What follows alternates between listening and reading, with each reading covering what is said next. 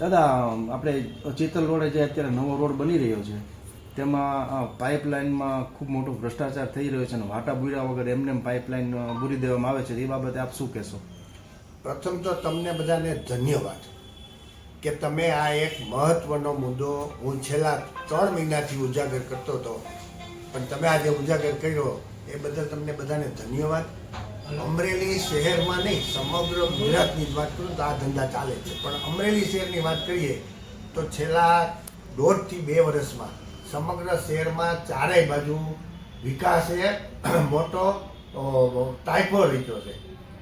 માત્ર ને માત્ર તમને કહું, પૈસા કમાવાની લાઈનમાં આ લોકોએ વિકાસને એવું રૂપકનું નામ આપી દીધું છે કે ખરેખર આપણને હવે શરમ આવે છે.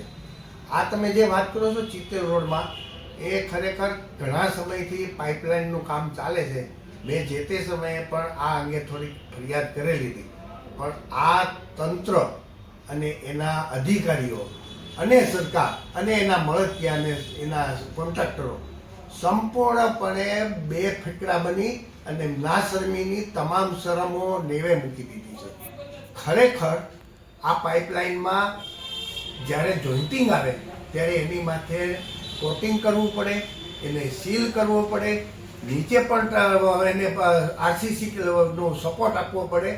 આવી જોગવાઈઓ ટેન્ડરમાં હોવા છતાં માત્ર ને માત્ર અધિકારીઓ, ભ્રષ્ટાચારીઓ અને ભાજપના સમર્થનથી આ સરકારમાં બેઠેલા લોકો અને એના પદાધિકારીઓ તમામ મિલી ભગત કરી મોટો ભ્રષ્ટાચાર આચી વિકાસ દેખાડી આપણા બધાના ખીચામાંથી પરસેવાના પૈસા લૂંટ ચલાવે છે.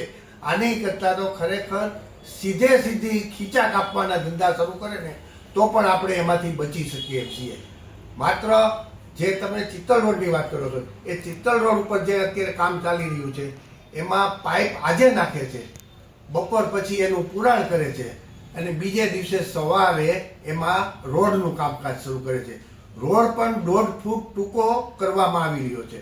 માત્ર તમે જુઓ કે એક જ દિવસમાં આ રોડનું પુરાણ કરી અને ન એને સીલિંગ કરવામાં આવે છે, ન એને જમાવવામાં આવે છે, ન પાણી પાવામાં આવે છે.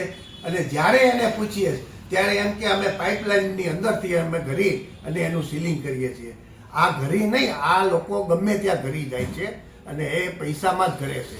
અને પૈસામાં ઘરવા માટે આ લોકો ખરેખર આપણને હવે બેશરમીની તમામ હદ મૂકી દીધી છે. આપણને શરમ આવે છે.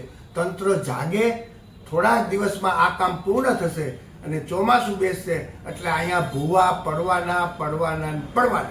આ એક ગંભીર બાબત છે, પણ સરકારના અને ભાજપના ધ્યાને આ વાત આવતી નથી અને માત્ર ને માત્ર પૈસા લેવાનું આ કામ કરી રહી છે.